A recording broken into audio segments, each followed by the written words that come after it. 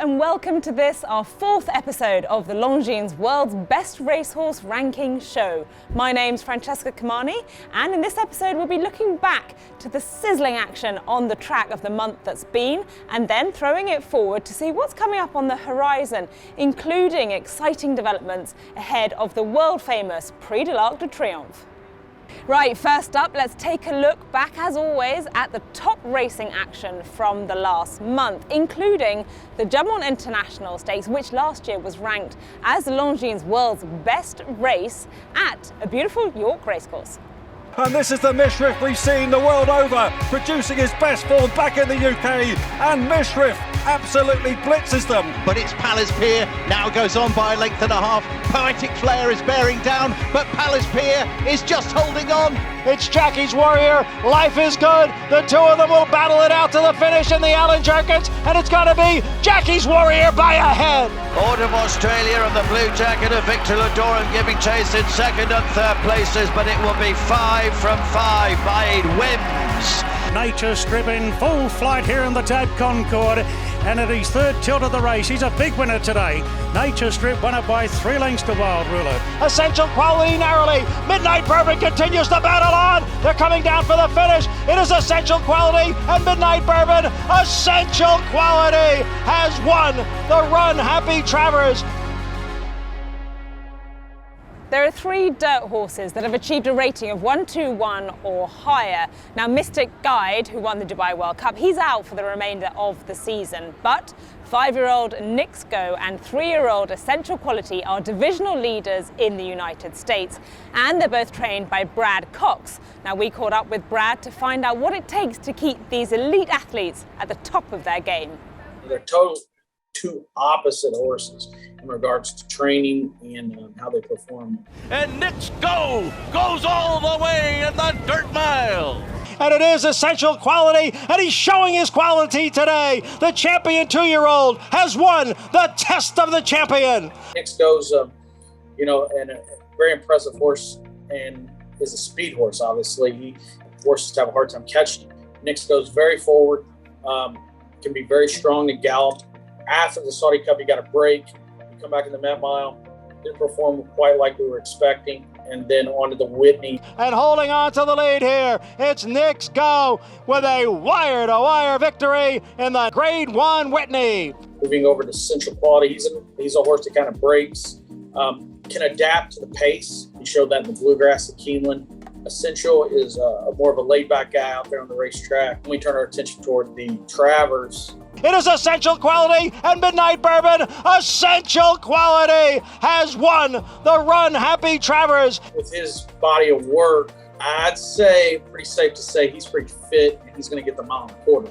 2 totally different horses in regards to what they've accomplished this year. A dream come true, really. I mean, these are the best 2 horses in the world on the dirt, and very fortunate to be in this position. It's been a great season, and hopefully we can continue through the Breeders' Cup, and it'd be nice to be 1-2, and we'll see how it works out. There have been some new entries into the rankings this month off the back of some exciting runs across the globe. Over in Saratoga, we had Jockey's Warrior beating the 120 rated Life is Good in the Allen Jerkins Stakes.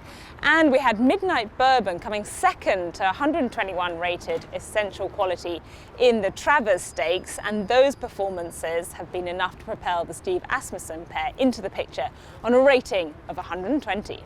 We also saw William Haggis's exciting and, so far, undefeated Baid move on to a rating of 121 from 120 after a win on his Group 1 debut in the Prix de Moulins in Paris. Now, what does the top of the rankings table look like this month? In joint 5th on a rating of 124, we have the Brad Cox trained Whitney winner Knicks Go. Also sat on a rating of 124 following a triumphant return in the Group 3 Concord in Sydney, it's Nature Strip as the world's best sprinter. Occupying 4th spot all to himself, the back-to-back Jacques Lemaire champion, Palace Pier. And in a 3-way tie for first position on an impressive 127 rating, we have Adayar. Fresh off his dominant Juddmonte Stakes victory at York in England, an improving Mishriff moves up to a share of the top spot. And the final share of the top goes to St Mark's Basilica on a rating of 127.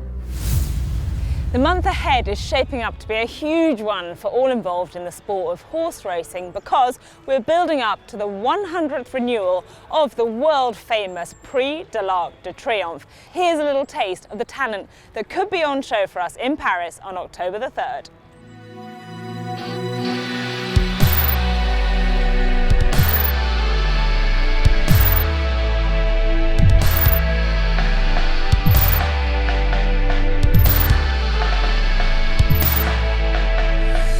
He's relentless, and they are the first Derby winner since Galileo to win the King George. And this is the Mishriff we've seen the world over, producing his best form back in the UK, and Mishriff absolutely blitzes them. St Mark's Basilica goes on. It's going to be 4 straight Group 1s for St Mark's Basilica. Hurricane Lane on the near side, closing with every stride.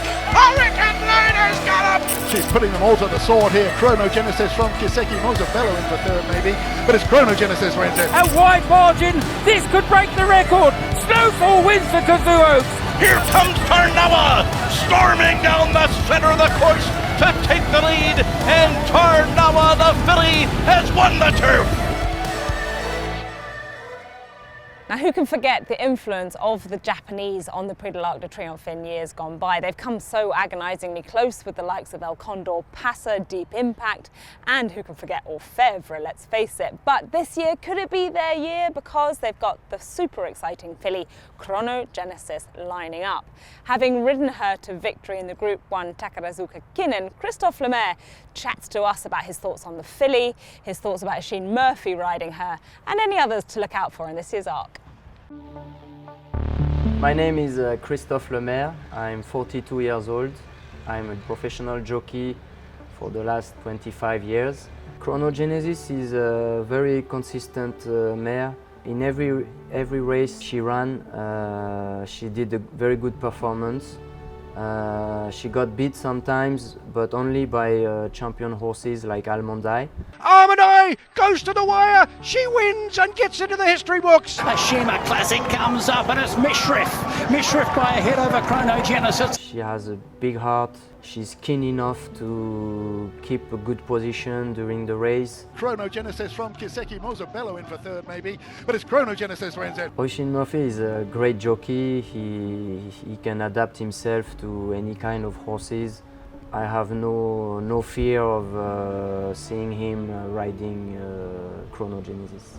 She's a really good filly, and she's also used to travel because she went to Dubai. She did a good performance there. She should like the French way of racing. She can go in any ground. She feels comfortable even on soft ground. She's even much better on soft ground, so she should like Longchamp racetrack. This Arc edition will be wide open. Aidan O'Brien horses looks very strong. The Irish Oaks and the English Oaks was very impressive.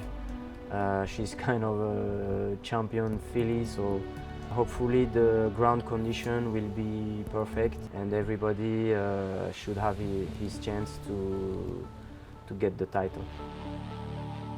Now, with some movement in the racehorse rankings, how has that affected things at the top of the Longines World's Best Jockey standings? Well, with Group 1 racing returning to the Southern Hemisphere, we may be seeing a push of new contenders at the top. In second place on 54 points, we have an improving James McDonald. Extending his lead in first place with 2 hard-earned third places, we have Ryan Moore, who becomes the first jockey this year to break the 100-point mark. Along with the Prix de l'Arc de Triomphe, we've got several exciting races coming up for you in the next month, including on the same day, the Longines Prix de l'Opéra and the Prix de la Forêt. That's on top of great action from America, Australia, New Zealand, and across the rest of Europe. Now, as always, we hope you've enjoyed this month's show, and we look forward to bringing you more action next month, where we look forward to brilliant Group 1 racing, including the Breeders' Cup.